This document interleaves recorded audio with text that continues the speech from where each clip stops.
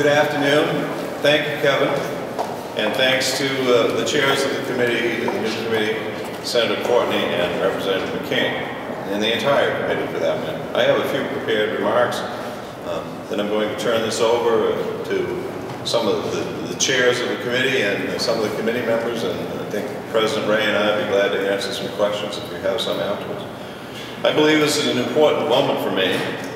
The launch of the Regulatory Fairness and Reform Committee's public hearing process marks the beginning of a new attitude towards business and regulation in this state. Put quite simply, we need to end the adversarial relationship between business and government so we can get Maine back to work. For too long, the discussion of business regulation has happened here in Augusta under this dome. This needs to change. We need to make sure we are hearing from citizens and business owners from all across the state.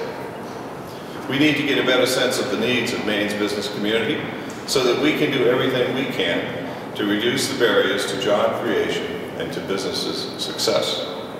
By locating these hearings all across the state, we hope to encourage greater participation in this process. Rather than making hardworking Mainers come here to Augusta, we are going to travel to them and have the discussions in their communities.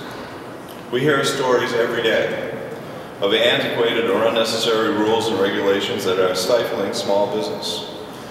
An example I often use is of a constituent of mine who owns a small restaurant in Oakland.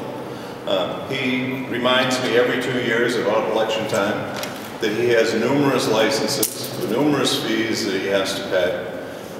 Fees for food to eat in, for food to eat out, for hot food, cold food, wine to buy by the bottle, wine to drink by the glass, a whole series of permits and fees and licenses.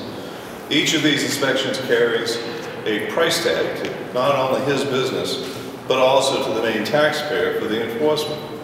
It seems to me there must be a way to streamline this process so that the proper oversight can be maintained with less disruption and less cost to both businesses and Maine taxpayers.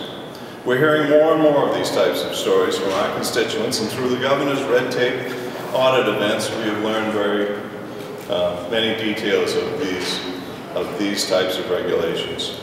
The work this committee is embarking upon is extremely important, and I am confident it will have a tangible impact on the day-to-day operation of business in Maine.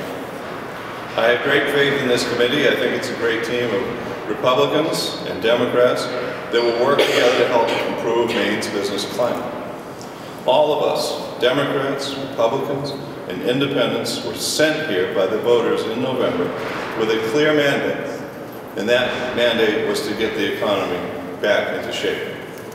There is no doubt we will have differences as we go about how best to approach this, but we are beginning the process as a team by focusing our mutual goals and by keeping the will of Maine's people as our central focus. I believe we can all work together to improve this business climate and get Maine's economy up and running again.